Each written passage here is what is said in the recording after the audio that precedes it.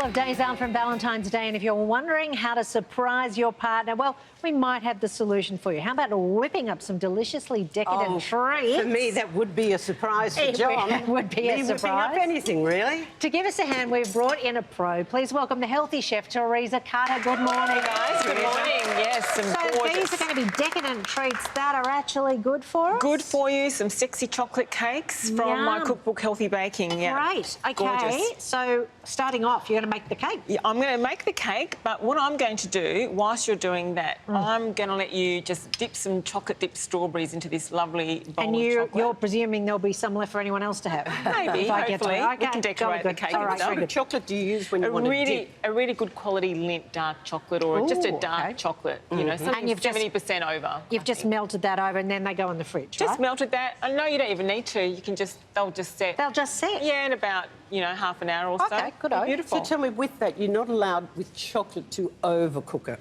because it goes funny colour. Yeah, if you get any water, if you overheat it, that's it. It'll seize up and you start again. Lesson to all of us. What I'm getting you to do is I've got this beautiful, gorgeous frosting on my gluten-free version of the cake. Okay, and what sort of frosting is this? It's a yoghurt frosting, yoghurt and vanilla, but I'm making a ricotta one today as well. And so this goes the sides and everything? Yeah, you're going to spread it and make it look all gorgeous. So how do you make a yoghurt frosting? Well, I just strained yoghurt. I've done that once on the show before. Yeah, I remember. It's a strained, it's just basically a thick Greek yoghurt, but I'm showing you how to do a lovely ricotta one too. But I'll show you how to make the cake first. I better do that before I run out of time. Hang on a sec. OK, so I've got 4 eggs here. Yep, the whole egg. The whole 4 eggs. Yep. I've even got a cup of olive oil, extra virgin olive oil, really good, heart healthy. That's instead of butter, I guess. Well, yeah, it's lovely. And what it does, it keeps the cake lovely and moist as well.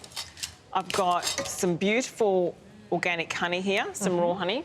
Yep. And I've got 2 cups of just milk you can use, almond milk, you can use whatever sort of milk you want to use. Yep.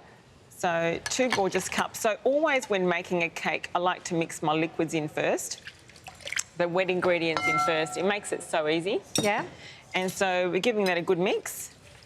Bit of a whisk. Yeah, pile it on. Just, yeah, beautiful. And giving it a good whisk. Good at this.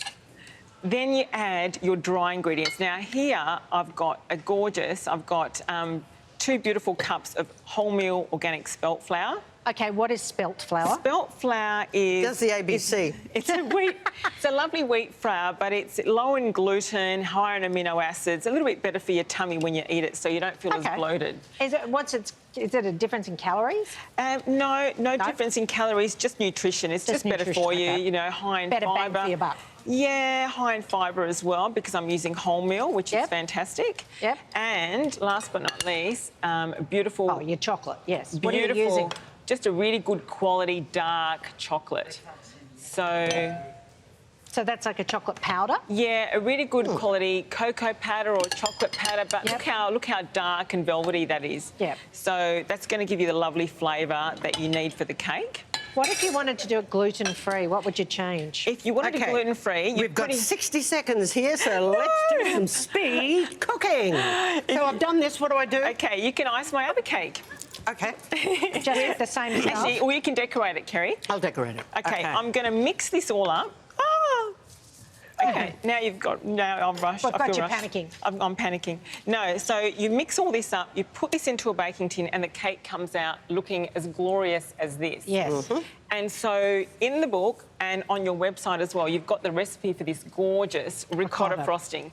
And this is basically just ricotta cheese blended with a little bit of honey. Oh, is that it? And just put in the blender? A bit of vanilla. Yeah. And a bit of vanilla. All you do. Oops. OK. And you lavishly... Oh, look at that. You lavishly coat that and you end up with this gorgeous cake that you're going to love to eat. And we're being wound up here. And then rose petals? Yes, rose petals. Go for it. Go for it. How sensational. All those recipes you can get. Fantastic. And we'd like you to thank Teresa Carter. This is Young and Decadent. Well done.